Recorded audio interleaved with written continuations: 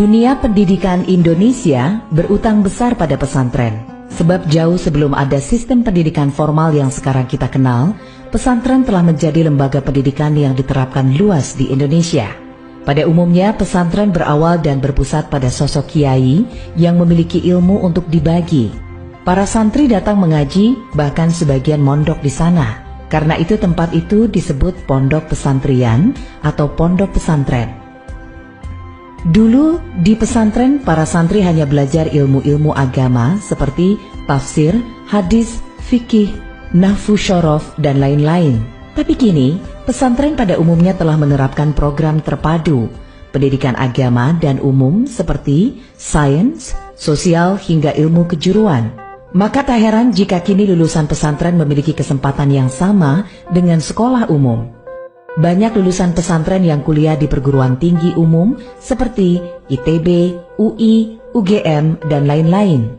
Lulusan pesantren selain tersebar di Mesir, Timur Tengah, juga tak sedikit yang kuliah di Eropa dan Amerika.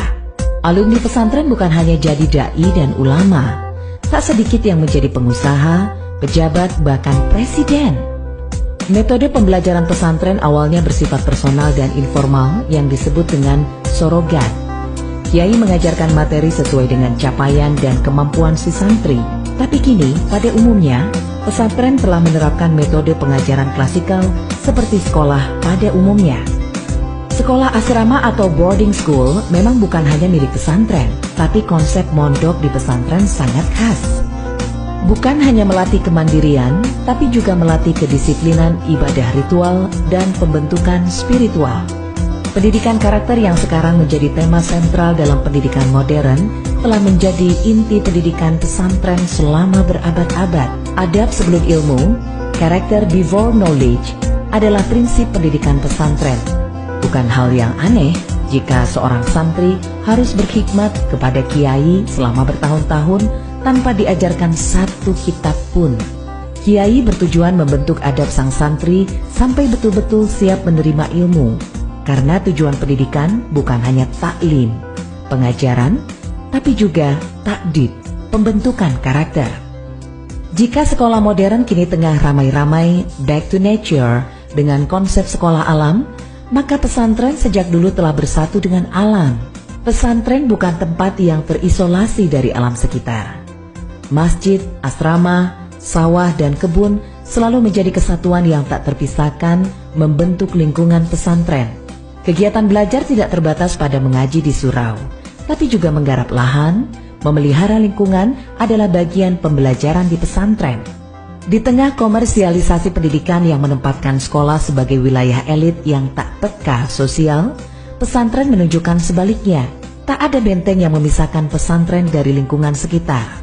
Pesantren selalu menjadi bagian dari masyarakat, aktif dalam pemberdayaan ekonomi dan melestarikan budaya lokal. Santri-santri disebar ke masyarakat bukan hanya untuk berceramah, tapi juga untuk mengabdi.